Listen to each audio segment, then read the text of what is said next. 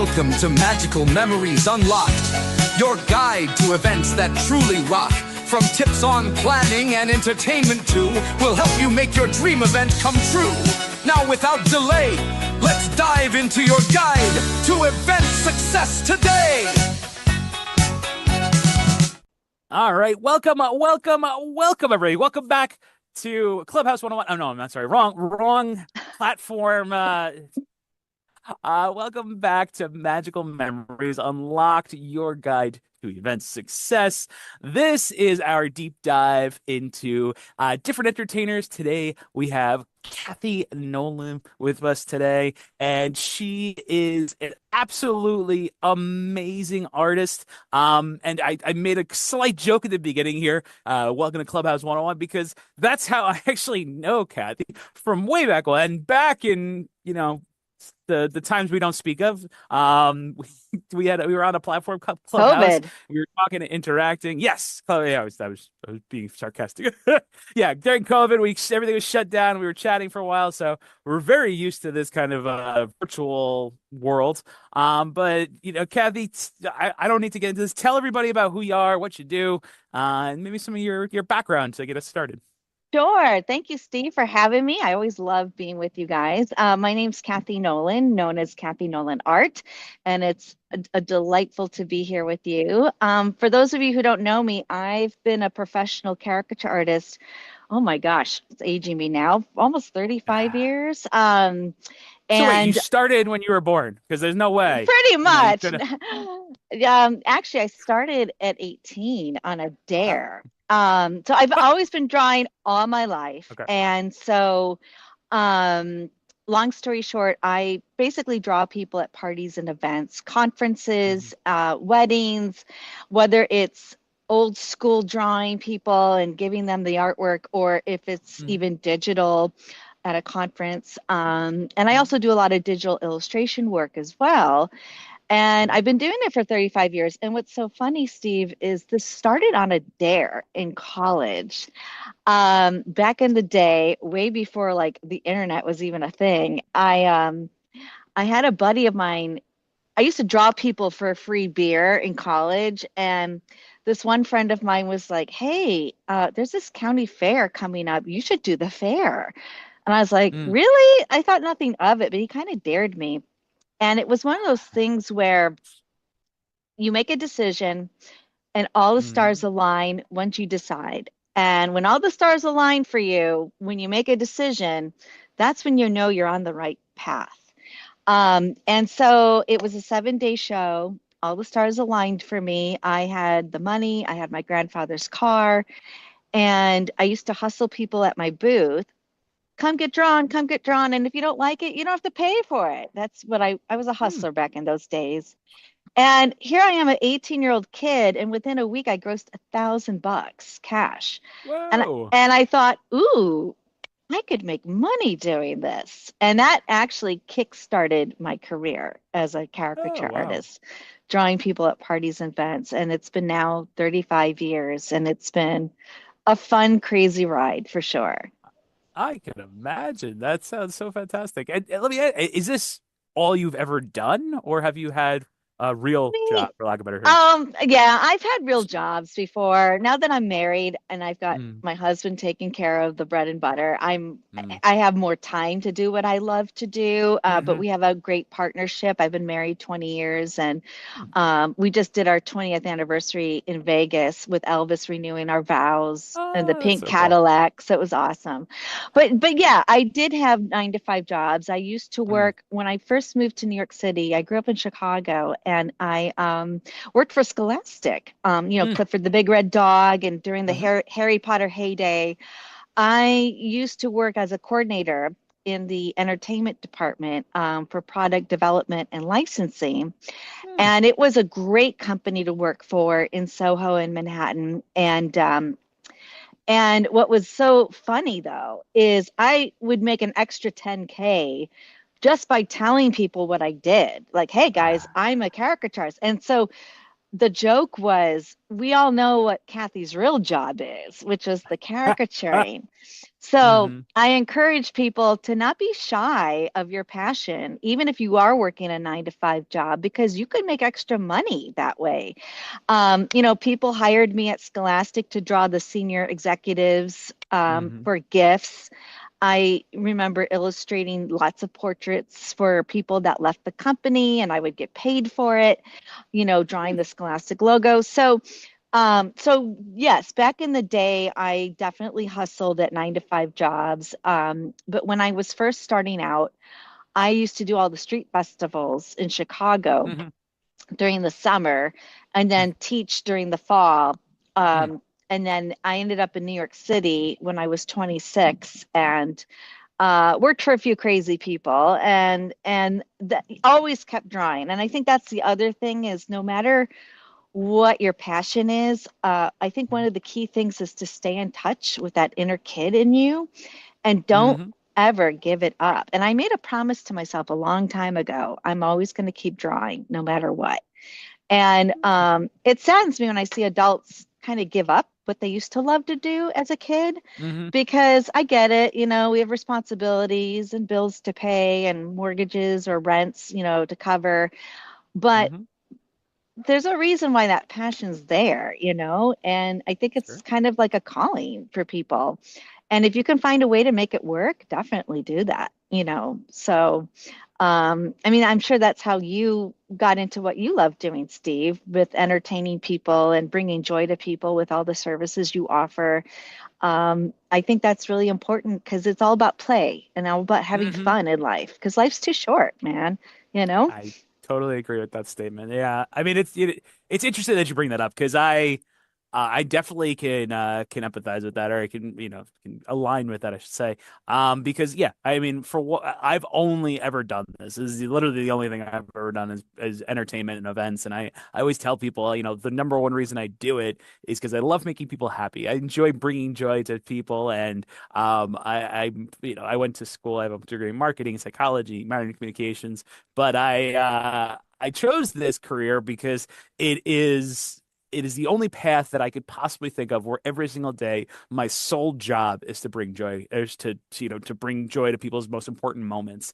And nowadays I have the opportunity to live vicariously through more people and do it through your somebody like yourself. I'm able to actually like see all that passion, and it's cool to see people like reacting to the photos that you draw and being a part of the experiences that you put on. So that really gives me a lot of fulfillment too. So I love hearing you say that. That's awesome. Yeah, so like when Um, you were a kid, were you drawing or entertaining people as a child? I mean, and putting on shows for them, or how did you get into this?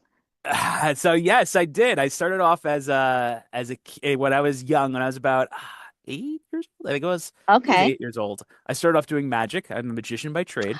Oh my So, God, yep. amazing. Yep. So I started off as a magician when I was a kid, and then I got into I wanted to do this. The story is I wanted to do the talent show. So when I was in elementary school, I went to the talent show, went up there. They're like, okay, what's your song, or what are you gonna do? What kind of dance are you gonna do? Or are you gonna do like jujitsu or something like that? And I was And like, you're like, no, nah. I got something better. Well, the first time I didn't have anything. I was like, no, I don't sing, I don't dance. So I went back and I didn't participate in my elementary school. Then I went to middle school, and then when I was in middle school, I went back up and I was like, I got this little magic kit that's in like, the back room that my dad, gave me, my parents gave me when I was a kid and blah blah blah. So I went up there and I auditioned with this little kit, and they're like, love the idea, let's do it. And they're like, but what else can you do? So I had to go to a magic shop, learn some new stuff, get some new stuff. But that was the beginning of it. I was up on a stage. There's a video of me, like the little tiny me, doing a show, and I was doing. Love That it. was the start of it. And so ever since then, I always did the shows and stuff like that. And then the real start to this was when I was 16.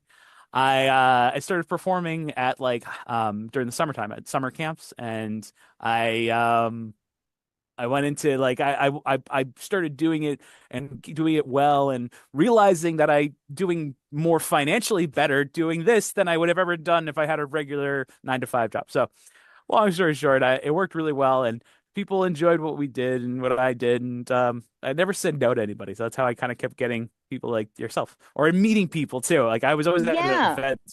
You know what's interesting and the unique thing, and I'm talking too much because I want to learn more about you, but Oh no, the it's fine. unique thing, the unique thing about it is, the unique thing about what I did and the opportunity that I had was as a magician, you're never at an event for very long. You're not at an event for like the entire time.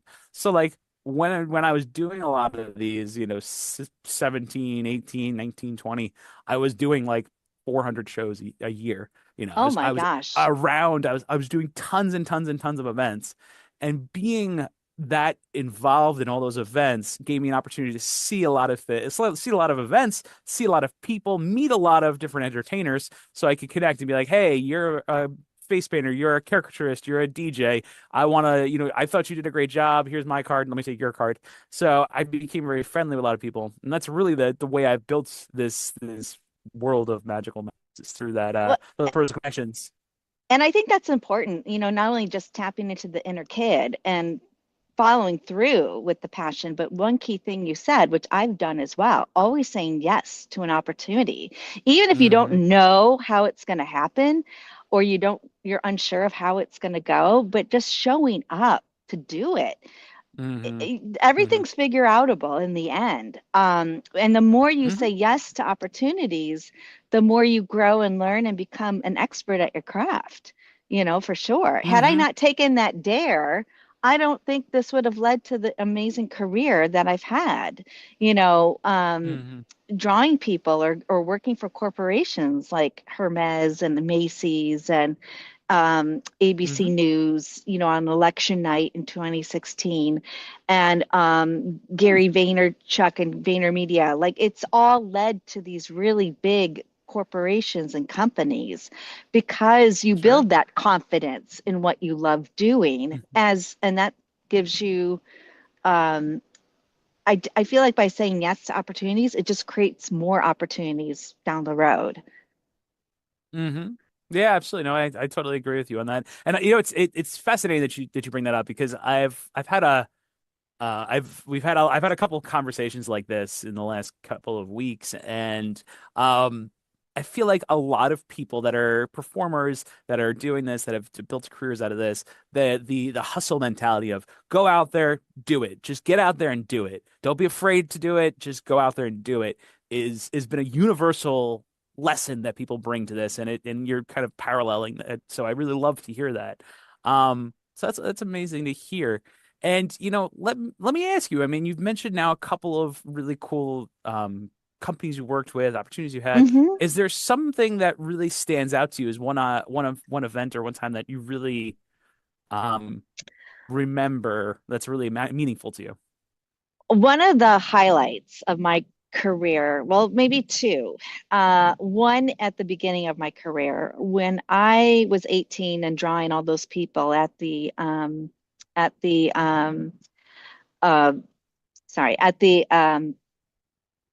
county fair. Sure.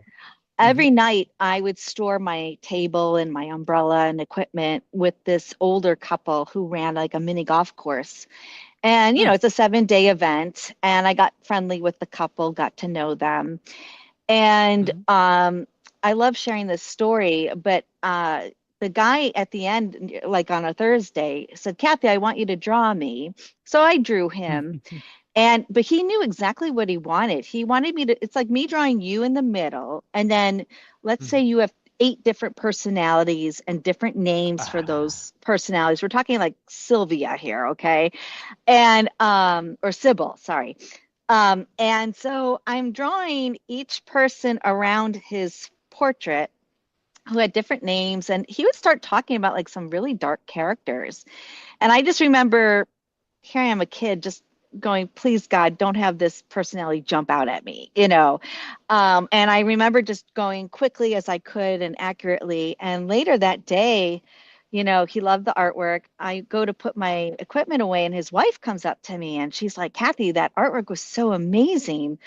And then she Mhm. goes, how did you know? And I'm like, what are you talking about? And she goes, how did you know Tony had schizophrenia and was working in Vietnam? He's never told anybody about that except for me. And that's when I knew at a young age that this was maybe my calling, to sit down Oh. with people, hear their stories, capture the essence of who they are, but also having people feel heard and listened to. Because the thing Mm-hmm. is, people get very self-conscious when they Mm-hmm. are being drawn. So I like to Mm-hmm. engage with them and just have them talk about themselves, so that one, Mm-hmm. it gives me ideas of what to put in the drawing, but more importantly, Mm-hmm. it's to put them at ease and then having Mm-hmm. them share a little bit about themselves with me. So Mm-hmm. I think if that had not happened in the beginning of my career as a caricature artist, I don't think I would have sustained a 35-year career doing that, because I think it solidified, okay, this is what I'm really meant to be doing. Um, Mm-hmm. and so that was very profound for me in my career. You had asked about a highlighted moment. I would say maybe a few. One was, one, my highlight of the career was when I had been called by ABC News to illustrate for the national election of 2016 in Times Square. Mm-hmm. And I had pre-drawn Hillary Clinton and Donald Trump, and then that was all pre-printed with the ABC logo. And I would just sit and interview people. Who are you voting for and why? No Mm-hmm. judgment. And just hear people's stories. Mm-hmm. And, they would pick their favorite candidate, and I would illustrate them next to the pre-drawn drawing of that Sure. candidate. And it was live streamed on ABC News, and people loved it. It went really well. Mm. And, it had started off in the primaries back in April of 2016, where I had pre-drawn Bernie Sanders and Ted Cruz and all these other people. And um, it really was very successful, just talking to people and hearing their Mm-hmm. stories. Who are you voting for and why? And it was such a big hit during the primaries. That's why they had me back in the national election. Mm. And how I got that job is really funny. You had mentioned when you started out with your magician career, started out as a magician with Mm-hmm. what you do, just talking to people. And, Mm-hmm. when you talk to people, you build relationships. And this was through a Mm-hmm. friend of mine who I've known for 25 years, who overheard a producer going, "Oh, does anybody know a caricaturist?" And she thought of Mm-hmm. me because that's what I do. Mm-hmm. So you never know who's going to be needing someone Mm-hmm. of your talent or services. And that's why it's so important to let people know. Even Mm-hmm. if you're working that 9 to 5 job, let people know what you're passionate Yeah. about, because you just never know where that opportunity will come and lead to. Um, Another funny story is how I met Gary Vaynerchuk, Mm-hmm. who, for those of you who don't know him, he's like a serial entrepreneur guru Mm-hmm. online. And I met him actually at an expo, and decided to draw his portrait. Mm. And I got up the courage to give it to him. I was like, Gary, everyone's always asking you for something. I just Mm-hmm. wanted to thank you for all you do. And here, I kind of shoved it in his face because I was so nervous. And Ah. he looked at the portrait for like the longest 30 seconds, Steve. It was agonizing to me because I'm like, my mind is going, does it suck? Does he like it? Like, what? Oh my God, what's it going to say? He like stood there looking at it intently. And then he says in his gruff voice, "You want to take a selfie?" And I was like, "Yeah." So we did a selfie together with him holding up the artwork. And That's so cool. that was such a huge highlight for me. And then 3 months later, I get a call from his team asking me to illustrate for his Vayner Media 10-year anniversary party. So, again, Cool. sometimes by giving things as well, Mm-hmm. like maybe reaching out to your favorite celebrity or your favorite influencer or complimenting them, just send them a DM or say, "Hey, I Mm-hmm. maybe you're a florist and you love making flowers," or I don't know, like, gifting them something of your passion. Again, Mm-hmm. you just never know. I didn't expect that to happen to me, but it did. Mm-hmm. So I'd have to say, looking back, like those were probably two of the biggest highlights. I also used to draw for Macy's Thanksgiving parade for about 10 years. I would Hmm. draw the kids that would participate in their parade. Hmm. Um, and what's so fascinating about that is they used to have a scavenger hunt in the Herald Square store in New York City, Hmm. and the kids would have to run around finding fun little things, and they would have to find me so I could do their caricature. But what's so interesting Wow. about the Thanksgiving parade is people don't know this, but they select a few groups of people, dancers and bands throughout the Hmm. country. They're assigned a dance, and then they practice this choreography for like almost a year. And then Mm. these kids bus in, fly in, like maybe 2 days before the big parade, and they Hmm. rehearse with all these other strangers whom they've never met. They rehearse and they're up all night, and then the big day is the Thanksgiving parade. But it's really funny Hmm. how they have these different high schools and bands throughout the country participate in it. So I did that Hmm. for 10 years, and then COVID happened, and unfortunately all the people I worked with got furloughed, so that kind of sucked. But it was a good 10-year run for sure. It's good. um Opens up yeah, opportunities for other things. well, exactly. And that's the thing. It's you have to always be ready for the next thing. And Hmm. I think as an entertainer or somebody who provides services in the entertainment business, it's always keeping up with relationships and, Hmm. reaching out to people. What do you need help with? Or, hey, I'm here if you need anything. And then Hmm. even coming up with trends. I don't know if you're learning about AI, but that's like another thing Hmm. I've been sort of exploring is how can I use AI to help my business, whether it's my website, Hmm. CathyNolanArt.com, or helping event planners, using AI for their business. I do believe, though, for magicians and clowns and anybody in the service industry in live entertainment, you're never going to escape that need for human connection. I think that will still be Hmm. really important, bringing joy to people and families or events, um, because it's about the experience. And AI can do some cool things, but I don't think it can provide the value that like an entertainer or a magician or artist like myself can actually Hmm. bring to the table. I'd love to know Hmm. your thoughts on that too with AI and stuff. Oh well, that's a very deep conversation. I'm happy to go into it, but I do want to say one thing about what you're saying before we get into that Sure. is saying, I think you said the perfect thing is that you are an entertainer and you are not just a character artist, and I think that's a huge differentiator is that why do people call to book a caricaturist versus AI? Or in the new age that we have now, there are photo booth devices. I don't know if you've seen this, but there are I've things seen that, them. yep, they draw caricatures live. They're literally Not drawing as the well as characters me, using. but yeah, yeah. No, I've seen it. The robots doing it. And at Yes, first I was yes. horrified, and then I was like, Mhm. it's just techie and like cool, but it might be just a phase. I don't know. So my theory in all of this, when it comes to AI, is that AI is a tool. It's like if you go back in time, there have been many tools that came, and I know this is not the most, in my worlds of artists and between caricaturists and face painters and all these other things, people don't always agree with that mentality, but I think it's a tool.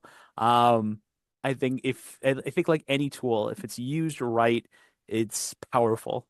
Mhm. And I think, you need to understand what it is. So to what you were mentioning, putting together new websites, using, media and stuff. But, I always say there's not a need or I never phrase that. There is there's a need for people to fulfill the mundane. Nobody likes going out there and doing the the putting the thing in the place over and over again. Nobody wants to do that. It's not like somebody has a passion for that. And to your So point, true. you're not going to go out there and do even talking about illustrations and stuff. I mean, why would can you do it for financial reasons? Sure, you can go out there and create that stuff.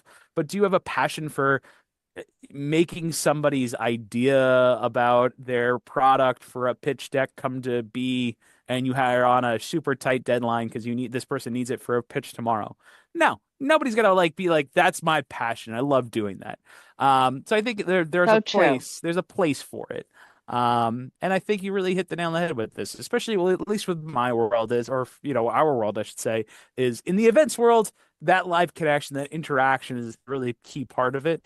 And to what we were talking about, what I mentioned before, those AI photo booth bot things, it's just another kind of photo booth. I mean, at the end of the day, that's what I think.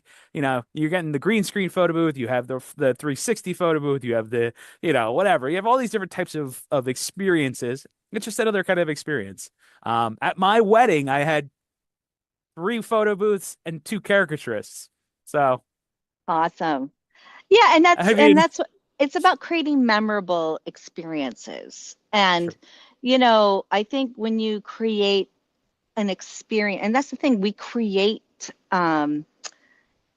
everybody's creative in the events Hmm. industry, I believe, and it's about bringing that creativity and creating those magical memories, to people. So when they look That back, sounds familiar. I know, right? So when people look back, they can go, wow, that event when I hired Steve and his team, that was so awesome, or such a great experience, such a great, Hmm. good old time. And I think that's more important than hiring like an AI robot. You're not going to have that human connection. AI doesn't Hmm. have a soul, so Hmm. Hmm. it's I do find it intriguing that we're living in really interesting times, but Hmm. like I said, I think it's important to, when you are entertaining people, finding out what's the client's objective and how to make that memorable and special for that Hmm. client and Hmm. or for that company. Because I do think it is about, creating those really amazing experiences for people to Hmm. remember. Hmm. Yeah, no, you're 100% right. I agree with you 100% with that. And I've had the opinion. People ask me this, being, an entertainment company owner, what do you think Yeah, the future of entertainment is? Because, oh, the AI is going to it's take such a over great music. question. It's great. Yeah. And it really is, in my opinion, the future of entertainment is stronger than ever, because of what you're saying. The live human interaction is something that humans need, and AI can never replace it.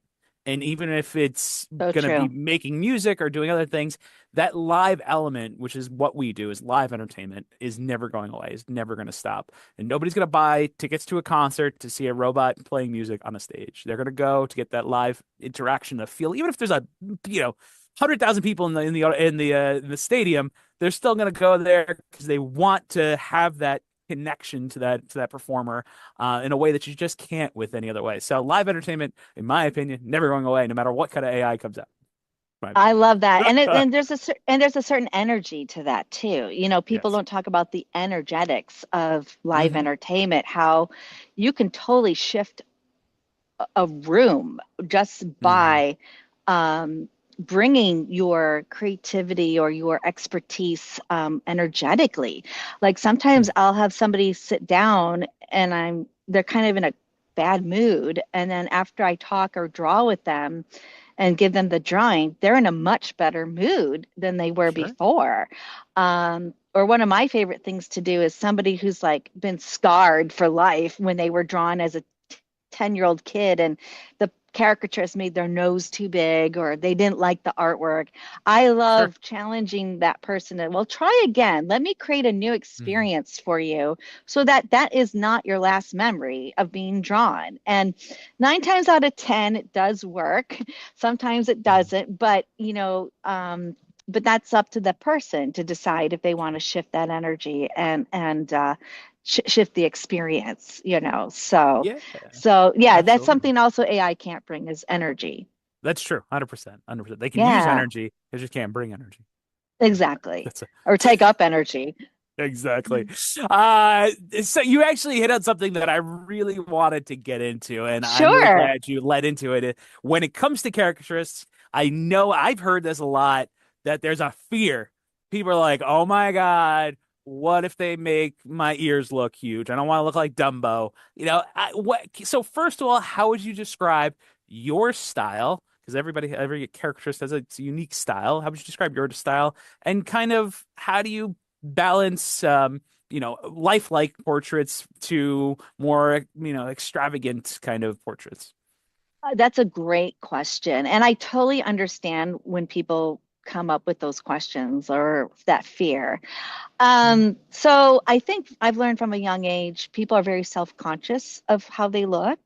mhm, And my style has always been cute. Like it will look mhm, like you in the way I see you. I do draw what I see. mhm, So it's not like I'm not gonna um, over exaggerate features. I mhm, would suggest to people who are reluctant to be drawn to first look at the person's artwork. If you mhm, see exaggerated features, then you're probably not going to want to be drawn by that particular artist. mhm, Um, I would definitely study their work before hiring a particular artist. mhm, My goal when I draw people is to make them feel good about themselves and to make them feel seen and heard. mhm, So over the years, I've developed just every artist has their own unique style. mhm, And so my style is, I would say, cartoony but cute. mhm, And but like for example, I remember going to draw at a home with people with disabilities. mhm, So a lot of people with distorted features, and mhm, I draw what I see. So I'm not mhm, gonna. I drew what I saw, but I do it in a way that it's not ugly. mhm, It's just an imprint of what I see. And for me, it's more about capturing the essence of that person so mhm, that when you look at that artwork, you're like, that's so and so, or I can mhm, see that that's so and so. mhm, Um, mhm, but I do agree. I understand where the fear is. It's valid because there are a lot of artists that don't take that in consideration. Whereas mhm, I think from my years of experience interacting with people and listening with people, you want people to feel good about themselves, and you're there to entertain and to bring joy and to make them feel good. So when I do digital portraits, for example, mhm, I it's a bit more of a tighter rendering. Um, I try to make it flattering. But mhm, if I'm at a live event, I'll do my best. Sometimes you'll have your bad days or good days, like anybody does. But mhm, I do my very best as always. mhm, So the type of style I do, I try to do it where it will look like you, but in a mhm, nice, flattering way, because that's just how I would mhm, like to be drawn. And if somebody says, please don't make my nose too big, I will still draw the nose, but I won't mhm, exaggerate. mhm, Sometimes, and then also you have to get the sense of the person when you're drawing mhm, them. Is this person got a good sense of humor, or is this mhm, person really conscious? You can pick up that energy sometimes mhm, when you're interacting with somebody. mhm, And hey, there have been times where I'll draw someone, they don't like it, and I'll be like, well, let me redraw you again. No problem. Because I find that I'm just doing the best I can, but how mhm. somebody feels about themselves, you don't have control over that. Sure.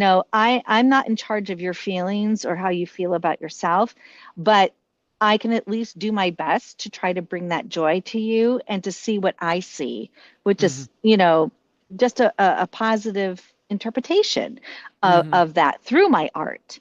mhm, So I hope that answers your question, but I do mhm, understand the fear. But I would encourage people to look at the person's artwork beforehand, if you mhm, can, to then ask yourself, would I want a rendering of myself in this style? Because mhm, that's the thing. People forget that different artists have different approaches to how they draw people and different styles. And that is mhm, something to consider, whether you're at an amusement park waiting in line to be drawn by mhm, somebody or looking to hire an artist or an entertainer. mhm, It's the same thing with comedians. Some comedians are going to be more raunchier than others. Some mhm, people might be more offended by that, but you got to go with what you do. You should never change who you are or your style or your method of doing magic or method of doing comedy or, how you run your mhm, photo booth. Um, but it's also the client's responsibility to sort of see what you offer and not Mm. have a different interpretation of what you do, Hmm. because they have to see what you do, if that Yeah. makes sense. So You know what's interesting? I understand where you're coming from, and I wanted to just kind of say this is that that's where I feel like my job as the owner of Magical Memories comes into play here is that we oftentimes will play the translator, for lack of better terms. We're the person yeah, that, we our goal is to understand the client's vision and then connect them to the right person. So it's the right tool in the tool chest, the job, for the right tool for the right job kind of thing. So as you said, not every artist delivers the same thing. So how do you find that? You could look at a different artist can draw in different styles and understanding the capabilities of different people. And I think, this has been a true fact with us is that, during the pandemic, during COVID, I asked you can you come in and do a caricature or a doodle lesson, which ended up yeah, turning into an opportunity to do more of that. And that was something that you're like, wow, I think I can kind of sort of, and then you never had, and it came in something. And I've talked about this before in the sense of the ability for us to find people that have the capabilities that they don't advertise, they might not put out there, but being able to fulfill a need that the client envisions is key. So I that's so true. yeah. And COVID was a great opportunity for me to teach people how to doodle and draw online, because I have taught before. And Hmm. one of the other things being a good live entertainer is being willing to adapt to the different needs of a client. So, for example, Hmm. I've had families hire me to teach their family how to doodle and draw San Francisco, where they live. So I had them drawing Hmm. buildings. I once taught a Star Wars class how to draw all the different Star Wars characters. I've taught people how to, just doodle their bosses' faces, in a fun Hmm. team building way. And, that's one of the cool things about COVID was I had to adapt. I wasn't able to draw people at live events, but I could then create an experience by teaching people how to doodle, how to draw, how to tap into that inner kid that we talked about earlier Hmm. within themselves to get creative and have fun doodling and drawing and taking out the fear of drawing or doodling or even getting drawn or having a caricature done, because you just kind of go through the experience of doing, and Hmm. it kind of takes away that fear once you kind of face Hmm. it. Yeah, So no, I love it. I've watched your doodle class a couple of times now, and I I really love teaching them. It's fun. they are very cool and very enjoyable, and it really is therapeutic to sit there and learn how to just kind of the basics of drawing something and creating something from simple line drawings and be able to turn it into something that's actually recognizable. So it's not And just and the li other thing I learned too is most people before they start a doodle class are pretty tense or they're stressed out mm, about something. And 99% of the time, at the end of 90 minutes or 60 minutes, people after the doodle class are much more calmer. They feel mm, more relaxed. They feel more confident in their drawing abilities, or they just had fun. mm, And again, it's about the energetic shift, where somebody comes to you for a service and you want to bring that joy and that positiveness to them, but mm, also shift the energy, make it more positive for them. And again, that's up to the discretion of the client, how they want to feel. We're not responsible for their feelings, but we can present that opportunity. And that's one of the things I've loved about teaching the doodle classes is hmm. that it is not only bringing joy and fun, but having people realize, oh, wow, I feel a lot more relaxed now, or I feel more joyful. I feel more Sure. zen, and I can always go back to this doodling practice if I'm kind of in a rut again or feeling stressed out. Sure. So that's the one cool takeaway I've gotten as an instructor from teaching doodling classes over the years, Hmm. of being able to show people that it can be done, in a very simple, some way. That's so beautiful. I love that. Absolutely. Yeah. I would love for you to speak a little bit about maybe how your style has evolved over the years. I'm sure how you Mm. drew when you were 18 is different than how you Oh, draw yeah. now. Steve, I get horrified when I look at old drawings when I was like in my 20s. Hmm. A lot of people from high school, middle school have saved their drawings from me because they're like, you're going to be famous one day. And I'm going to be like, I remember her when. And I was like, haha, funny, right? But then, like, they'll show me the artwork from all those years ago. And Hmm. sometimes I'm horrified. Like, ew, really? Oh, yuck. Uh, Because as an artist, when the older you get, the better you get. I don't even know how hmm. to explain it. Maybe it's from all those years of hand-eye coordination. One of my favorite caricature artists was Al Hirschfield, for example. I love his style. He was this artist who lived to be like 99 years old, used to draw all Okay. the famous he used to draw at all the Broadway plays in New York City Okay. and would hide these letters. Nina was his daughter. So you had to like find how many Ninas were in the artwork. And there would be like a number Um, at the bottom right hand corner of his work, like a nine or a five. And that meant you had to find five Ninas in the artwork caricature of his drawing. He drew hmm. people like old actors and actresses like Katharine Hepburn or like Liza Minnelli or Hmm. anyway, he used to draw from his barber chair as well. But my point is, when you look at his artwork from the beginning and then near the end of his career, just the improvement, the same thing with Charles Schulz, who did Peanuts and Snoopy. You look Hmm. at the 1950s comic strips, the artwork was like, ugh, okay. But then, like, as he got older, his artwork got better. Or Doonesbury, the comic strip Doonesbury, I looked at Gary Trudeau's work, and it's the same with my work. I think as you start out in your practice, you're doing the best you can, but then over time, I don't know, it's like a muscle you rebuild and rebuild. And I mean, the Hmm. artwork I do now, I love my artwork that I create now because I'm 10 times better than when I was in my 20s Hmm. illustrating. And I do think you only get better and better because you're honing your craft, whether Hmm. that's creating magic or doing a piece of artwork or teaching a class or providing flowers or doing a floral arrangement. I do believe the more you do, and the more you work with clients and with other entertainers and a genre of different people, you just get better. Hmm. So looking back on my artwork, I laugh because there are a few times where I'm like, oh, but then I just laugh because I'm a lot better now than I was, even just 30 years ago. So it is funny how it evolves over time, to answer your Yeah. question. Yeah, yeah, it's fascinating. See, yeah, your story actually reminds me of a story that I had in my career when I first started as a magician. I was a young guy, and I was doing kids parties and birthday parties and stuff like that, and I was talking to another magician who has been in the industry for a long time, and I asked him, I was like, how do I know? Or how do I know that I've gotten good at what I'm doing? Or how do I know I've hit it? And he's like, you know what? After you've done 2,000 shows, ask me that question again. And I'm Great telling you, answer.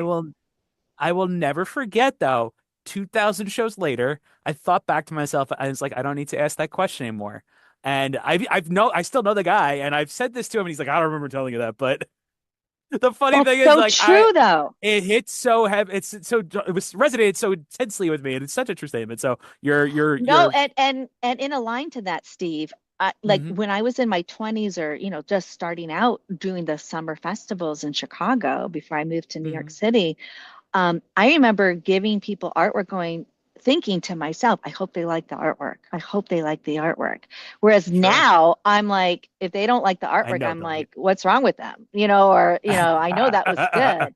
So it's yeah, yeah. amazing how your confidence builds within your own Mm. craft because of that experience of doing 2000 shows or me doing like a Hmm. million events. Yeah. Um, it's funny how that shifts and changes over time. Hmm. Hmm. No, I mean that 2,000 shows was a long time ago. Now I'm that was Yeah, oh, yeah, yeah, many I many know. moons ago. Yeah, but like for But me now, when I draw somebody, I'm not like, oh, I hope they like it, because I know they'll yes, like it. yes. Well, That's the I shift. I actually I wanted to ask you something. You brought something Yeah. up besides the evolution of your work. I'm curious. You primarily do private events now. What's the difference between doing a festival type of event versus a private event? Oh, so when I was younger, I did a lot of public festivals. And Hmm. it was number one, if you're young, it's a great way to get started as a caricature artist or as an artist or magician even, or just interacting with the public and seeing how their feedback is. It was a great way to get your name out there and Hmm. to meet festival organizers. And it's a lot of work. It's a lot of physical work. But looking back, I'm grateful for all those years I used to do those festivals, because it it was just real training. You're dealing Hmm. with the public, you're in the trenches. I remember starting out doing like the Illinois State Fair after I did that Hmm. county fair. I did the Illinois State Fair for probably 4 years, and Hmm. even met the governor of Illinois and drew him, and Hmm. hustling people to my booth. So it was a great steep learning curve on sales and marketing, because I remember hustling people to my booth. Hey, come get Hmm. drawn. Come get drawn. You could get drawn with this person. If you don't like it, you don't have to pay for it. Hmm. It just really got me in the trenches of doing the Hmm. craft, and seeing how people reacted and knowing what to say or how to say it, shifting that. And then as I got older and more refined, I think I just sort of, you kind of outgrow things after a period of time. So I think I started outgrowing the live festivals probably when I was in my 30s. And just didn't do them as much because I wanted to do more private events, corporate events, because that's also where more money was to be made. A lot of event planners have budgets, or they have clients Sure. that have budgets, and it's more of a specific, different crowd. And as Hmm. I get older, that's kind of where I lean more towards now, like just more like higher end clientele, higher end Hmm. corporations. I mean, I'll work with anybody, of course. I'll still draw at family parties and all that, but I've kind of am Hmm. outgrowing that, to do Hmm. bigger and better things. And I think that's just the normal progression as you Hmm. evolve. But for Hmm. someone just starting out, go to your local chamber of commerce, find out when all the festivals are, how much are the Hmm. festivals. Back in the day, it would cost me $100 for like to buy a 10 by 10 booth. You get a Hmm. tent on Amazon, and you just have some friends to help you out, and Hmm. just go ahead and give it a try. And at least Hmm. you try. And if you make mistakes along the way, there's no such thing as failure. You just Hmm. learn as you go, so that Hmm. you know what to not do the next time around. Hmm. But I'm grateful that I did those public events, because it's fun. But you Hmm. have to make it fun too. So what you bring to it matters also. But Sure. I would definitely encourage younger people who are listening to us, if you want to get into the entertainment industry, just show up. Just find out Mm. where are the events, who can I pitch my services to. If you are shy or introvert, which is totally fine and understandable, get your extroverted buddy to do it for you then, or have him call up, or her call up places for you, and then you Hmm. could like apply. Hmm. 9 times out of 10, most people are really cool. So, and they're gonna want to see what you can bring to the table, and it's Sure. actually you do a disservice by not trying. Yeah. So I'm grateful for those years that I did the Illinois State Fair. I used to just hustle and call people. Hey, I hear you're doing this event. Do you need a caricature artist? Do you need a Hmm. magician? Do you need a balloon artist? Do you need a clown? Do you need a florist? It doesn't hurt to ask. And the key thing is, when people say no, or I'm not interested, what people forget to do is they forget to say, okay, well, do you know of anybody else? Always try to Hmm. get two or three more names from that person, and then follow up weeks later. Hey, I know you don't need me, but do you have anyone in mind that could maybe use my services? And that's the key because that person may not need you at the time, Hmm. but they can always refer you to someone else, or Hmm. they might remember you 6 months down the road or a year from down the Hmm. road. Oh, yeah, that person, So it's always good to kind of keep your name out there and Hmm. you're not bothering the person, you're doing them a service because Hmm. you're like, hey, this is something that could bring value to you, what I'm able Hmm. to do. And people Hmm. forget that sometimes. No, no, you're 100% right. And it's you're saying a couple things that I love. First and foremost, I mean, I Thank think you. absolutely. First and foremost, I think what's great about what you're saying is that, the connection to people. And I mean, honestly, that's our mantra that we preach here in the back office team and all that stuff. What is our Yeah, our team responsible for? We're there to be a service to people. We're there to help them fulfill a need. absolutely. That's a big thing that we value and why we do what we do. And then the second part to that, the whole hustling part of it, I love as well. I mean, going out there, doing things, getting out there. Don't be afraid to do the work and get in there and do it. So I love that idea. Once you So take action, it takes the fear away, Oh, actually. 100%. Yeah, yeah, Yeah. absolutely, absolutely. I mean, so let me ask you. I mean, you speaking to the events that you evolved into. Do you have a favorite event or favorite type of event that you like to do? Ah, we were just talking about this earlier, but I actually love doing the Event Planner Expo in New York Okay. City in October.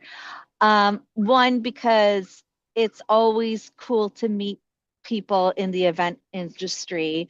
Mm, And it's also neat to see the same people year after year, because again, that's about building relationships and mm-hmm, people. But at the same time, you're always seeing what else is out there, what else is out there in the events industry, what's current, what's hip, what's trending, what's new, what's around the corner. mm-hmm, And how do I bring value to that? It's always stressful doing a trade show, I'm not going to lie, but it's also a lot invigorating and a lot of fun.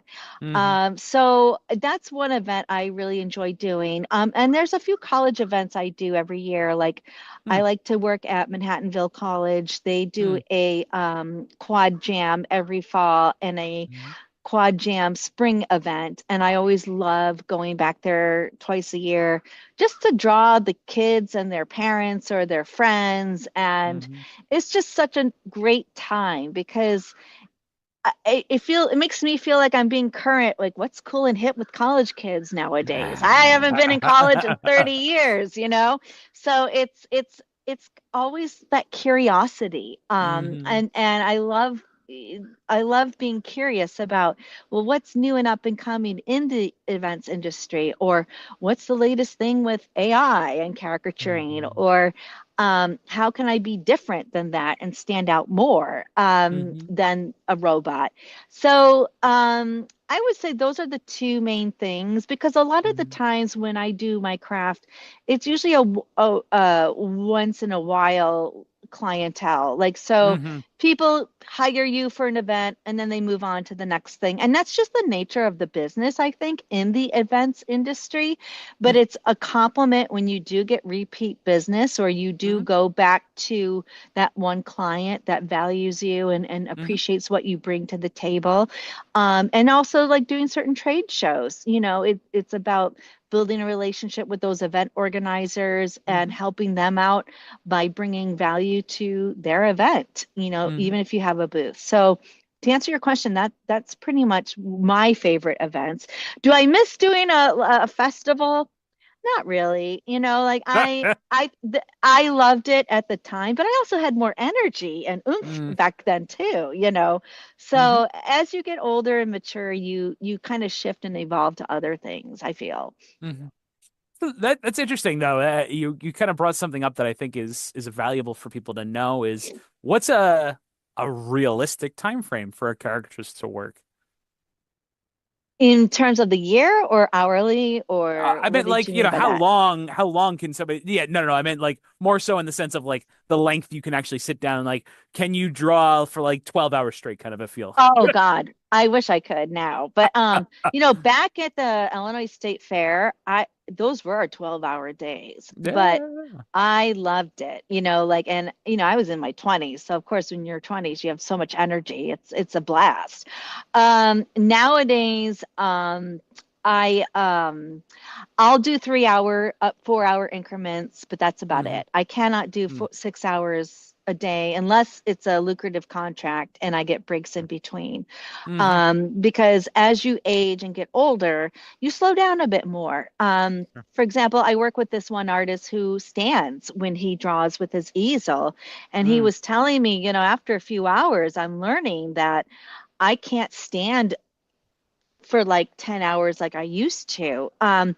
And that's just adapting to those changes and adapting to as you evolve. Hmm. So can I still do bar mitzvahs and weddings? Absolutely. But am I going to do 6 hours? No, Hmm. not really. And that's okay because Yeah. I've done it. Hmm. I've done it. And that's where I encourage people, put in the time, put in the work so Hmm. that when you get to be my age, 35 years later, you don't regret not doing Sure. those long increments because you did it. And they're great Hmm. memories for yourself and for your own career. Hmm. Could I have done more? Of course.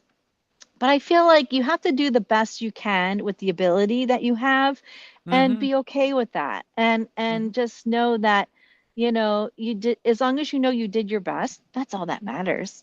Hmm. I bless. I love that idea. Yeah, absolutely. Yeah. Yeah, for Absolutely. sure. For That's, sure. now I'm curious. You have mentioned two very different types of events that you did. You Sure. mentioned the college events and you mentioned the Event Planner Expo, and those tend to draw different demographics. So I'm True. curious how caricatures are received, perceived. I don't know if the right which way to go with that one, but how people perceive them in each of those environments. Young people That's a perceiving characters versus the older generation. I think that's a great question. So, for like the college events or like a doodle Mm. class, it's really about having fun and it's about creating a fun experience. So, I think for students and for people at a festival, for example, or at a conference, it's just about having fun and Hmm. having like a cute takeaway, a party favor, something tangible that they can like put up on their dorm room Hmm. wall or a memento from a birthday party. It's about more of having fun and it's about the experience of being drawn. That's fun. Whereas when I do a trade show like the Event Planner Expo or like the Wedding Expo or a Pet Expo, it's Hmm. about bringing professionalism. So you're going to meet people in the business, in the industry that have clients that they want to impress or bring Hmm. something unique and different to the table for their Hmm. marketing team or their sales team, or like, hey, this is a unique gift I can give to that multi-million dollar client. So that's a different hat you wear in a trade show environment, where you're also upping your professionalism and your Hmm. game. So, for example, I'll do more digital caricature work or more graphic work for a Hmm. trade show. Yes, I can draw people and have fun at the trade show, but it is also elevating and showcasing other types of artwork that I can provide for a client who's looking Hmm. for something more professional so that I do get the calls from like Hermes or from Macy's or from MAC Cosmetics, Hmm. or from who else have I worked with? Like a watch company. Hmm. So that's where you bring that. It's different, Hmm. but you can still be yourself, but you just know when to put your A game on. Whereas not that you don't have your A game at a festival going on, but you're a little bit Hmm. more relaxed because it's a more relaxed atmosphere. So you kind of Sure. adjust to the atmosphere, I guess, is probably my best way of answering that question. You adapt like a chameleon. You're still who you are, but Hmm. you like for example, if you're doing a magic show, Hmm. you may not bring the fire trick to a festival, but you might do that for a professional show. Hmm. You do different magic tricks for different Audiences. scenarios. Sure. Exactly. So 100%. You may not cut a person in half at a 5-year-old's birthday party, but you might on a stage in Vegas, so it's Hmm. like it's using your discretion for the Sure, sure, different sure, types of sure. audiences that you work with. Absolutely agree with you on that. And Yeah. is there, thinking back on your career, is there one um maybe reaction to a portrait that your caricatures you drew that that really resonates you, that you remember, like really, I don't know, that's like a nice reaction that you remember. Oof. I recently met an illustrated Damon John from Shark Tank, and I Hmm. did this really nice portrait of him and framed it. And just seeing the look on his face getting it as a gift for him Hmm. was really, really cool. Um, when I had met an illustrated Mel Robbins, uh, she actually posted the artwork on her Hmm. refrigerator and tagged me on Instagram, which was a really cool Wow. testimonial. And Gabby Bernstein, who I also met and drew, partly I do this just for my own content. I'll meet Hmm. celebrities, draw them, give it to them as a gift. But when they repost it online, and when Gabby Bernstein wrote "Best Gift Ever," that's what it's about, right? It's about, Hmm. so I would say those things were memorable. Um, Definitely the ABC News for the national election. I was really bummed not to be called back for 2020 because we had COVID in 2020. Hmm. And then I think things politically really changed in 2024. Um, so like the political atmosphere has changed a lot since 2016. So I'm Sure. grateful for that time and that moment that Hmm. I brought a lot of people joy and hearing their stories from that time and era. And but yeah, I would say that was memorable. And then Gary Vaynerchuk, of course, doing that selfie with Yes. him, and then him inviting me back 3 months later to do his company 10-year party. That's the biggest compliment ever when somebody remembers the gift you gave them of a Hmm. piece of artwork. I think that's really the best compliment you could ever get. For sure, absolutely. Is there Yeah. a reaction that maybe surprised you? Maybe you were expecting them to either not like it or to like it, and then you got the opposite reaction? I'm trying to think. I remember years ago. So it's really, I have to say, I've got like a 95% approval rating. You're always going to get that small percentage of Sure. people. I remember actually years ago drawing a woman with freckles. She had a lot of freckles, like one of those Mm, redheads with tons of freckles. And actually, I have two stories for you. So that I could tell she didn't like it, and I mm, thought to myself, well, maybe I just did too many freckles, but like I draw what I see. And, I offered to draw it again for her, and she just said no. So you just have to kind mm, of go with that. You're not going to please everybody, but 9 times out mm, of 10, people do like my work. The other time, I remembered being commissioned to draw this woman's daughter. And mhm, I swear to God, Steve, I had redrawn this nose maybe 10 times over and over again to the point where I was like literally tracing her nose. Like you can't get more accurate than that. And I uh, just remembered saying to her, listen, I can't keep doing this. Like this is the last rendition. And when she picked up the artwork for her daughter, at first at the time I couldn't understand it. Like, why is she asking me over and over again? And I'm like, maybe this girl's really self-conscious about how she looks. And basically the mhm, mother who picked up the artwork, who finally loved it, said, I'm so sorry for all the revisions, but my daughter had a nose job and she's very sensitive about her nose. So uh, it was like the mom was projecting onto me the fear of, will the daughter like the artwork or not, because this mhm, daughter had an operation on her nose because she mhm, didn't like her original no. So mhm, so mhm, I thought, okay, that made sense. But at the time it's frustrating when you're not really sure of the why. Like, why is this mhm, person mhm, reacting this way? Why is this person not receptive to this. Mm-hmm. But you have to be patient with people like that, because you don't know. You really don't Mm-hmm. know what goes on behind the scenes, or with a client that might be a bit more challenging than other clients are. So you just, again, it's what I said earlier, you just do the best you can under the circumstances. Mm-hmm. That's all you can do, and try to seek to understand where the person's coming from. And then eventually you may find out, okay, that's the why, so Mm-hmm. that, but we came to an agreement that the mother was happy because of this. And then Mm-hmm. I actually then was able to find out the why, and was like, okay, that makes sense. Mm-hmm. And like I said, you can't please everybody, but as long as you know you do the best you can, that's all you can do. Um, that's all you can do. And I remember drawing older people, like in their 80s and 90s, when they have a lot of wrinkles. That sometimes can be challenging, because you don't want to over exaggerate those features, but you also want to draw it and make it pleasant, right? Mm-hmm. So, I mean, there might be some people that don't like it, or they're like, does that really look like me?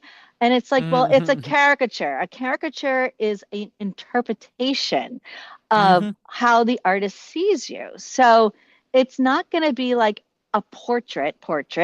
That's Mm-hmm. where you go to a portrait painter, or you go to Mm-hmm. if you want that exact Style. look, style, Mm-hmm. exactly. And that's where I say, from the beginning of our conversation, you have to look at the person's work and really see Mm-hmm. it. And that's the thing, sometimes people have an image of what they want, but maybe Mm-hmm. you're not able to capture that style that they want. Mm-hmm. And it's not until you communicate and find out more about that client that maybe it's just not a good fit, and that's Mm-hmm. okay. So Mm-hmm. if that's the case with me, I always try to refer the client to another artist that might Mm-hmm. better be suited for what they're looking for. Sometimes I'll Mm-hmm. get asked to do fashion illustration. I don't do Mm-hmm. fashion illustration. I don't Mm-hmm. draw in that style, but I can refer somebody to that particular need or want, because that's just not my Mm-hmm. style. So Mm-hmm.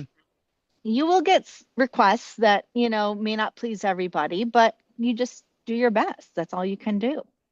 Yeah, I absolutely agree with you. I say it again. I mean, that's you're speaking my language, because that's literally what my world is on a day-to-day basis, is Great minds think interpreting. alike. Yeah, Yeah. Yeah, for interpreting a sure. client's needs. And I say to the team, I say, our job is really to try and understand their vision and then put the right person onto it. Because at the end of the day, like you're saying, there are people that have certain expectations, things in their mind, and it is very difficult to understand what you're envisioning.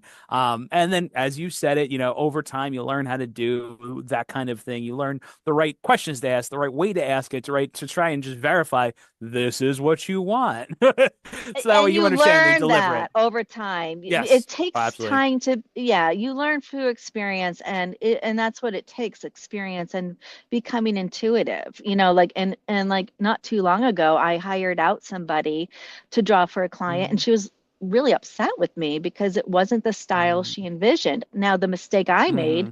was I didn't send that person's work to her ahead of time, and I should have, Hmm. but I wasn't thinking that at the time. And so Sure. that was something I had to learn. So I know Hmm. now, moving forward, that if I'm not available for something, I will always refer that person's work, but show them that work so that the Hmm. client Hmm. decides if they want to go with that style or not. So again, Hmm. it is challenging to be intuitive with a client when you're trying to understand their vision. But I also believe the more questions you ask, even Hmm. asking a client to show you examples, can you show me an Hmm. example or a video of what type of performance this musician did, or what type of artwork? Like, sometimes asking the client to show you what they want, and by saying this will help me help you get a better fit for Hmm. you, Hmm. that can be key. But sometimes people forget to ask those type of questions. Sure. But I do That's think very that's true. important, and like you said, you got to be intuitive with what the client wants, and that can be sometimes a struggle based on communication or different interpretations. And so that's a key thing, is to be on the same page with your client and Hmm. what they're envisioning, for sure. I agree with you on that. Absolutely. I would love for you, you've mentioned sending out people and working, and I've mentioned, the company and stuff. I would love to just touch on how was your experience working with us as Magical Memories? Oh, I've loved working with you guys. First of all, I've been working with you and your company for so many years. I love being available when I am, and I always feel sad when Mhm. I'm not. Mhm. Sometimes as the industry is, it's hit or touch and go with dates and times. But I've also really have enjoyed the quality clients you've sent me. You always have Hmm. great people that hire you. I also just love bringing that value and that joy to your clients, whether it's a doodle class, from drawing Star Wars characters to buildings to faces, caricaturing, or to even just showing up at an event at a Mhm. school or at a party to illustrate in real time for the people there. So you guys have always been very professional, very kind, and just a great company to work for. Sincerely. Well, thank you I very mean much. that. That is amazing. Yeah. Thank you very much for Yeah. that. I really appreciate that. It's always I'm nice being to hear that. truthful. I'm being truthful though. You guys are I great. know. I appreciate it. No, thank you. Thank you. Thank you. So now let's get into like what hosts need to know about caricatures. Is there anything that you can think of that you mentioned like understanding their artwork and trying to see that ahead of time. But is there something like fundamentally across the board that a host should keep in mind when hiring this type of service? When hiring, first of all, find out what type of event you're doing. Mm-hmm. Is it a luncheon? Is it a birthday party? Is it a wedding? Is it a conference? Is it an event where you want to bring something different, and unique? I think one of the benefits of hiring a caricature artist is it is a unique party favor to give to your guests. Mm-hmm. Something tangible that they can take home with them, whether it's a digital print or an actual drawing of that person. I also think with caricaturists, some are more engaging with people than others. Mm-hmm. Always look at their styles and also recognize that because we're drawing people, most good caricaturists will do about 10 to 15 people an hour in black and white. Mm-hmm. The average is about 10 to 12. The really fast people like me, who can do like 4 minutes a person, that's about 15 people an hour. So Mm-hmm. when you're hosting an event for like 50 people or more, you might want to consider hiring two artists, but Mm-hmm. also factor in that not everybody is going to want to have a drawing of themselves, and that's Mm-hmm. okay. Also factor in that caricaturists are also maybe drawing groups of people at once Mm-hmm. or couples. So you have to just factor in, is this the type of environment or is the type of people I'm bringing to my party going to appreciate this? So you Mm-hmm. want as a host to ask yourself that so that you're not wasting your time and money on something that you think your guests might like, but maybe that's just not their thing. Mm-hmm. So that's something to also be more in tuned with the people you're hosting. Is this something, maybe ask a few friends, hey, I'm thinking of having this party. What do you guys think of having a caricature artist? Would you be up for that or not? Don't be Mm-hmm. afraid to ask colleagues or friends, what do you guys think of this? And make it fun, as you're planning as a host. Mm-hmm. Maybe show a few different portfolio examples to some colleagues and say, hey, which Mm-hmm. one do you guys think would work best for our vision of our party? Mm-hmm. When it comes to hosting a child's party, sometimes what I like to do when I draw kids are so energetic, right? So you want to make sure you hire a caricaturist that has worked with kids, Mm-hmm. understands kids, and is patient with kids. So sometimes what I like to do when I do a children's party is I like to draw them all in black and white because it's 3 minutes a kid. Or Mm-hmm. sometimes I'll take a photo of the child and then Mm-hmm. just draw photos. Um, I also do that with the bride and groom. I Mm-hmm. will take a photo of them or ask them for a photo because my way of thinking is you're going to be so busy at your event. The last thing I want you to do is feel stressed out that you didn't get drawn by me. Or who are the most important people I need to get drawn at your event? Find out from the client. So the hosts have to figure out who must have a drawing of themselves, you know, and Mm-hmm. then make sure you communicate that to the artist or send them photos ahead of time so that, you know, at the event, they're already busy when the clock starts, that they're Mm-hmm. getting to work, Mm-hmm. so that their time is used up instead of them waiting around for the first hour, not drawing anybody. Mm-hmm. So that's something I would advise a host is, again, to recap, find out more about your audience, who you're having the party for. Are Mm-hmm. they some, is this audience going to be receptive to having an artist show up and draw them or not? And then research the artists and, you know, their experience. And then don't be afraid to reach out and ask questions to the entertainment company like yours. Who have you worked with or who do you recommend? And what's your outcome? Always know what your Mm-hmm. outcome is. Do you want people to have just a good time and a memorable Mm-hmm. experience? Then having a caricature artist is great because they make great, they always gift great party favors, in my opinion. If you want a portrait of a bride and groom, maybe then hire a portrait artist or commission a caricature artist to do something ahead of time so Mm-hmm. that it's there for the event. And then Mm-hmm. for added value, drawing the guest. So those are things to think about. And then, of Mm-hmm. course, your budget too. Does it suit your budget? You know, so Mm-hmm. it is sort of the host's responsibility to know what type of event they want. And then, more importantly, to know the type of people they're going to have at their party to Mm-hmm. see if they would be even receptive to having an artist there. Mm-hmm. Hmm. Yeah, that's great. That's great feedback. And let me ask you, I mean, more functionally or, logistically, is there things that Sure. people should keep in mind? When you're hiring a character artist, you want to look at your atmosphere of the party. You know, always ask the artist, do you work from an easel? Do you prefer to be standing? Do you prefer to sit with a table and chairs? I personally Mm-hmm. like to have three chairs because sometimes couples like to get drawn. So it's, you know, Mm-hmm. easy for a couple to sit down next to each other or have a mom holding her child as I draw them and then a seat for me. Mm-hmm. I do better when I draw people at a table. Making sure that there's decent lighting or if the Mm-hmm. venue doesn't have decent lighting, you know, making sure that the artist is situated where there's an outlet nearby so that they can Mm-hmm. bring their own lighting or lamp for if it's really going to be dim. Is there Mm-hmm. going to be strobe lights? Maybe then, if your event has strobe Mm-hmm. lights, you might want to put the artist in a separate room or in a separate area. Um, what's the volume going to be? Some artists are fine with just drawing people if it's super loud. Sometimes it's hard to talk to people when it's super loud.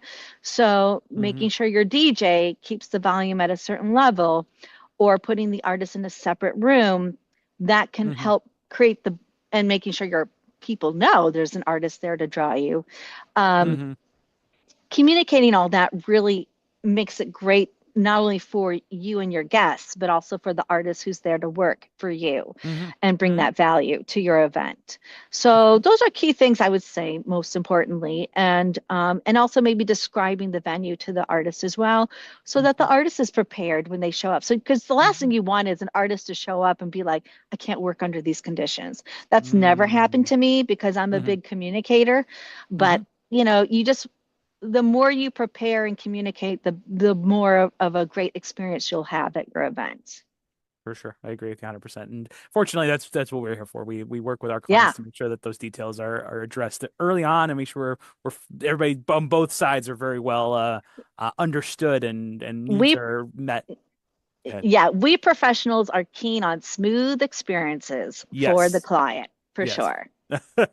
I would love to know, um, after doing this for so long, I'm sure, there's certain aspects of it that can start getting tiring. You mentioned that you've kind of evolved out of certain event types, but how do you keep it fresh? Mm. You know, every event is so different, Steve.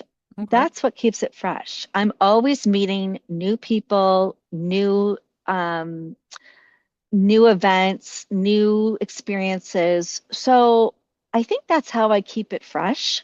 Mm-hmm. Maybe I'll try different color palettes or maybe Hmm. different media when like someone's asking, like I've done markers forever and I still love drawing Hmm. and coloring in markers, but now I'm learning, well, maybe I should do pastels next time, just to make it Hmm. quick and easier, or do more digital. I mean, Hmm. it just depends on my mood as well. But I think to Hmm. keep things fresh, I'm always looking at what's trending. I'm always looking at Hmm. unique, different caricature styles. Maybe I'll try to angulate more things on chiseled jaws or Hmm. soften more of this. So I'm always up to challenging myself as well.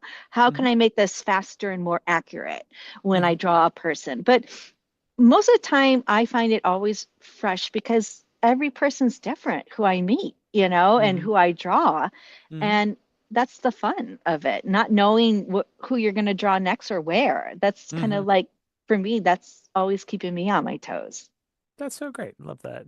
Yeah, I thank you. absolutely. I mean, you've spoken about a couple different mediums that you have tried or would try. Um, which do you like best and why?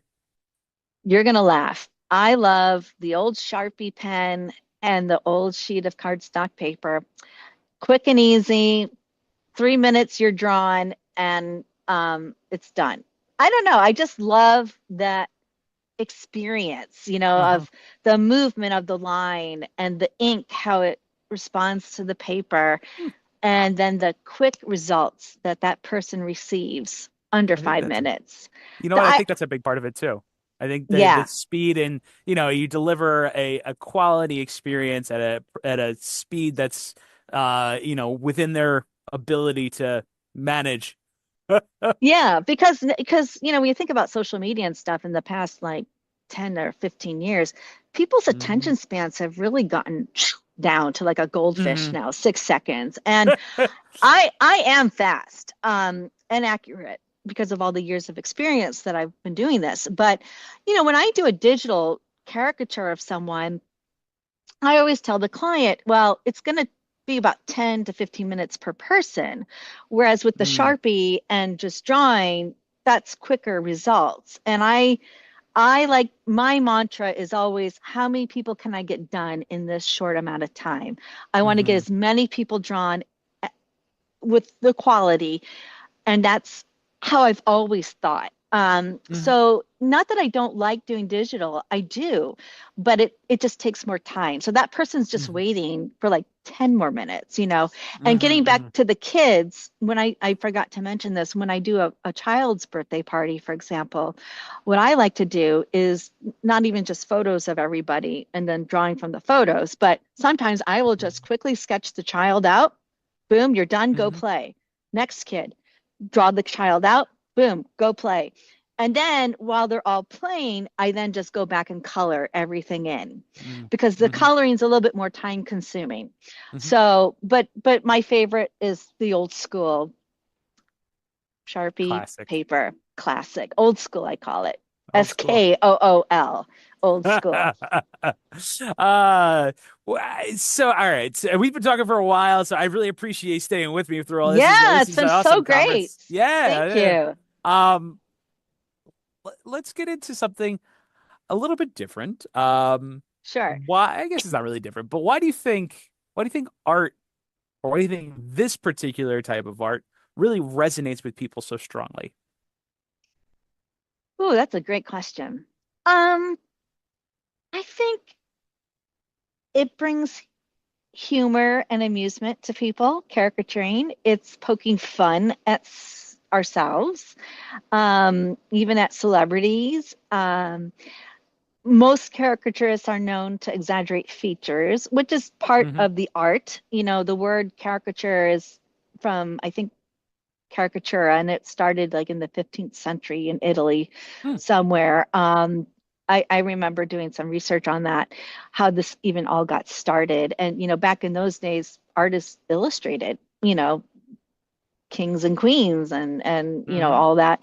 Um, but I think it's just like how we see ourselves. I think that's what's Hmm. unique about this type of artwork is it's an interpretation of how an artist sees you and bringing their unique style and experience to the table. And it's kind of fun because it's the element of surprise when you get your caricature Hmm. drawn. You don't really know what's going to come out of that sheet of paper or that pen. Even I, as the artist, don't even know what's going to come Mhm. out or how it's going to look. I just have to trust the process.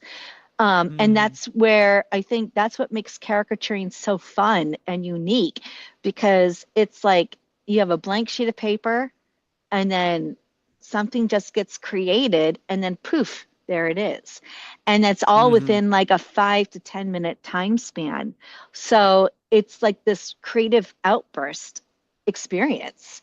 And I think that's what makes caricaturing so fun and unique and different than other types of art, like doing a mural Mhm. or doing a portrait or even a sketch. It's a little bit more time consuming, whereas I think caricaturing is more instantaneous, Mhm. especially in this fast paced world we live in. I think it's a unique type of artwork, and I Mhm. think a type of artwork that can bring a lot of joy and fun, Mhm. and an element of surprise that is kind of different than other types of artwork. Mhm. I agree with that. That's true. Um, let me let me ask you this. If someone is after our conversation here, they're like, you know what, I hated characters for a long time. I got my nose, I look like Pinocchio, and now I know I'm scarred by it. But this woman that we've been talking to, she seems kind of nice, so I kind of think I might have a try at this thing. But how do you think they would go about approaching sitting down with a caricaturist to try to get the best results? How would you recommend somebody that might be a little on the edge of it? How would you suggest having that interaction? Uh, well, first of all, one, that person needs to just chalk it up as a bad experience, but also Hmm. know that bad experiences can be changed into positive ones. So, it takes courage to try again, and give yourself a pat on the back for even considering that to get redrawn, or so because that takes guts. Hmm. Number two, you also have to remember, the more you love yourself, the more you will maybe not be as offended or affected by somebody else's interpretation of how you look. The more we self love ourselves, I think the less affected we are by outside external things. And Hmm. you know, another thing is, don't be afraid to send a photo. Reach out to an artist like myself or to your company, send a photo and say, Hmm. listen, I would like to get this portrait done. Can you send me examples of different types of styles, or research your own type of Hmm. styles? And then don't be afraid to reach out to Hmm. that artist or to an entertainment company and just try again. But I think the first step is acknowledging you had a bad experience, and Hmm. ask yourself, why am I so affected by this? Why am I so hurt by this? And is it really Hmm. true that I really look like this? Maybe the artist Hmm. just did a shitty job and wasn't, maybe the artist was just a jerk. And that Hmm. can happen. So Hmm. don't think it's all because of you. And I then would just make a decide. You have to decide, do you want to live with this experience the rest of your life, or do you want to change it? Hmm. And I would encourage people to change it. Make the bad into a positive one and put yourself out there and just get drawn again. But this time by somebody that you think will recapture that beautiful essence of that person, of you. Hmm. So that's what I would encourage people who've had bad experiences to chalk it up. It was a bad experience, but that doesn't mean moving forward, because that was then, this is now. Hmm. The past is the past, and nobody can change the past, but you can change the present and you can change the now, Hmm. and give yourself that power to and permission to make a different experience and create a different experience, and Hmm. decide, I'm going to have a more positive experience. I'm going to hire this caricature artist, or I'm going to hire this company to provide me a better positive experience, and take the Hmm. chance, because it'll be worth it. I love that. Yes. Yeah. Take the chance. I think that's a great lesson to learn and to almost end this on. I'm gonna say one last thing and say, Sure. what is something that is interesting about you that you'd like to share with everybody? Oof. I speak fluent French. Wow. Yep, I used to live in France when I was a student. Well, actually, after college, I had a scholarship. So I lived in France for a whole year. I actually tried to get into a Beaux-Arts school in Paris, but because I'm a cartoonist, a caricature artist, Mm. I was rejected. So that was devastating at the time. But I then decided, well, I'll just study French. And then I actually used my cartooning to present to Rotary clubs overseas in France. My Rotary Mm. counselor now is like 98 years old. That's how crazy this is. I used to speak um, French and presented the way of life in America by using my cartoon storyboards of the way of life in America. So like I did a character of Bill Clinton at the time and of like explaining like how Americans like to drive. So I know a lot about French culture and I speak French Oh. fluently. And I've used my cartoons to communicate to people in France back in the day when I was young. Mhm. Because again, when you um, are an artist, you can visually communicate as well through your Mhm. visuals. And Mhm. so I think that's one thing a lot of people don't know about me is that I do speak French very fluently. And my husband's French, and France is Oh. like my second home. I love France. I think I was there in another lifetime, to be honest. So that's not like something I talk about a lot, but that's one unique thing about me that most people don't know.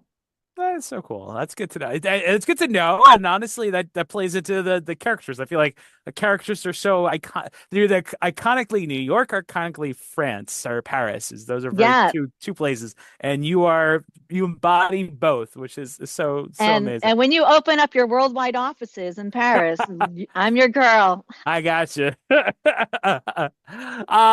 So to end this, looking forward, we've talked a lot about the past. We talked about events you've done, experiences This you've has been had. great. Looking forward, what are you most looking forward to coming up in the next year? I'm looking forward to meeting more people, teaching doodle classes and drawing for them, and also teaching people how to draw. And I'm also looking forward to learning more about AI. I think it's going to be really interesting Mhm. um, to also maybe help other artists. How do you use AI for your business or for Mhm. your or even other entertainers? You know, we all have small businesses. We all are out there to serve the public and serve Mhm. people by creating these experiences. And I'm really curious about how to approach and learn about AI to make things more memorable and unique and to find more people who need our services as well. Mhm. But of course, I love drawing. I also would love and look forward to doing more digital portraits. I find those really fun to do and challenging because I love a good challenge. So doing more like digital portraits for like entrepreneurs or CEOs or even doing more conferences, I think would be really Mhm. fun. So that's what I'm looking forward to. And just, another wonderful, fun year of bringing joy and happiness to people through my artwork. Love that. Beautiful way to end it. Thank you so very much. This was an absolutely Thank amazing you for having me. conversation. Oh, it's been Absolutely. great, Steve. Thank you. Ladies and gentlemen, if you have enjoyed this, if you want Cathy at your event, make sure you check her out. Make sure you can reach out to us. We would happily facilitate it. If you need any kind of drawing, caricatures, doodle classes, whatever it might be, we're Magical Memories Entertainment. Once again, this was Magical Memories Unlocked, your guide to event success, and we did a deep dive into Cathy Nolan art. And thank you so much for being on here. And I look forward to doing so many more amazing events with you. So. Everybody, Thank we'll you see for you guys having next time. me. Take All right. care, everybody. Thanks for listening to Magical Memories Unlocked. This guide to event success is so helpful, some are shocked. Planning something big, we're here for you with ideas and tips to make your vision come true. Magical Memories Entertainment is the team to make all your guests